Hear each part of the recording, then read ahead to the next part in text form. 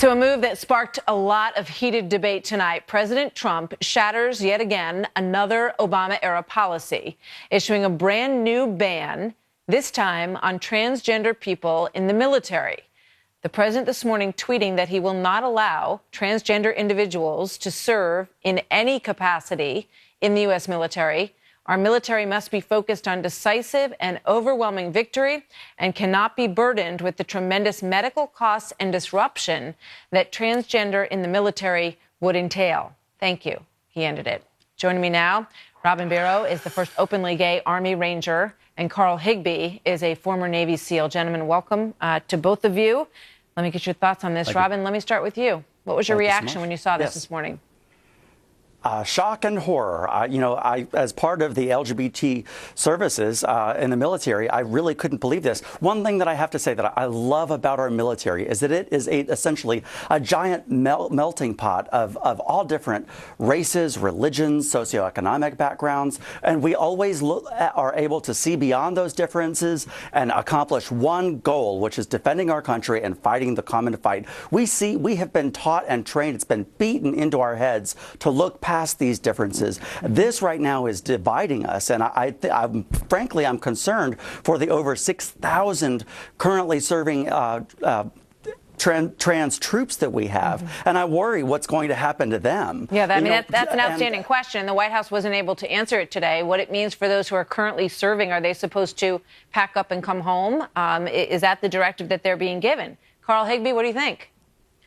Well, I think that sometimes we make personal choices that affect our career opportunities, and this might be one of those cases. The first thing I want to address here is, look, the military's job is to put bullets in bad guys. If you think adding an additional variable like transgenderism, whatever that is, to an already stacked against us fight, it doesn't help. If you can answer the question honestly, how does adding transgenders to the military help us defend the United States of America? I'm happy to have that conversation, but the fact is that it doesn't. This is not a social experiment. The military is there to defend the United States, not anything else. It's not a time for you to try new things that might be fun. Carl, I have never been in battle. You have, and I respect that greatly for both of you. So, feel free to jump in here, but the same conversations were heard when African Americans entered the military, when women entered the military, that it was all about all being the same, and that was a problem that could not be overcome.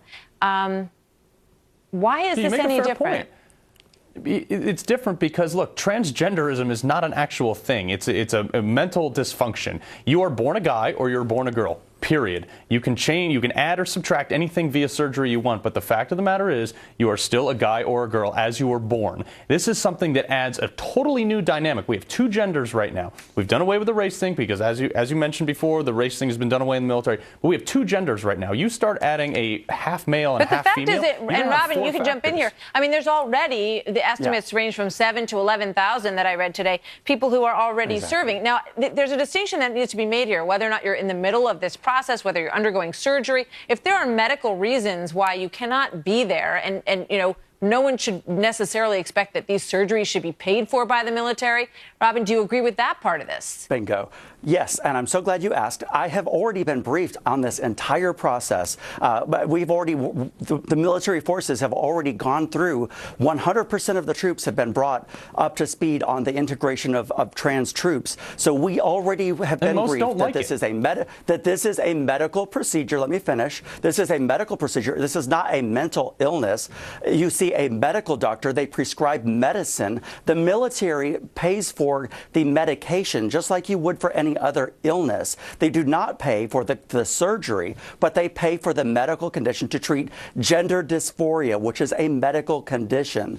Just how can it's worth pointing out that when asked, and we don't have time to play this soundbite right now, but General Mattis at his confirmation hearing said, frankly, Senator, I never cared much about two consenting adults and who they go to bed with. And he's indicated in a number of ways, Carl, that he was okay with this program moving forward.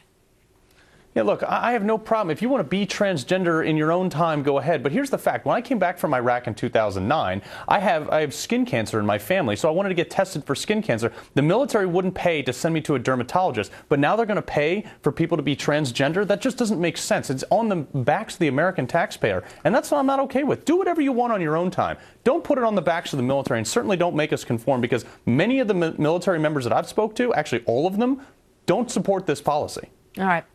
We got to leave it there. Robin and Carl, thank you very much. Good to have both of you with us tonight. Absolutely. Thank you, Martha.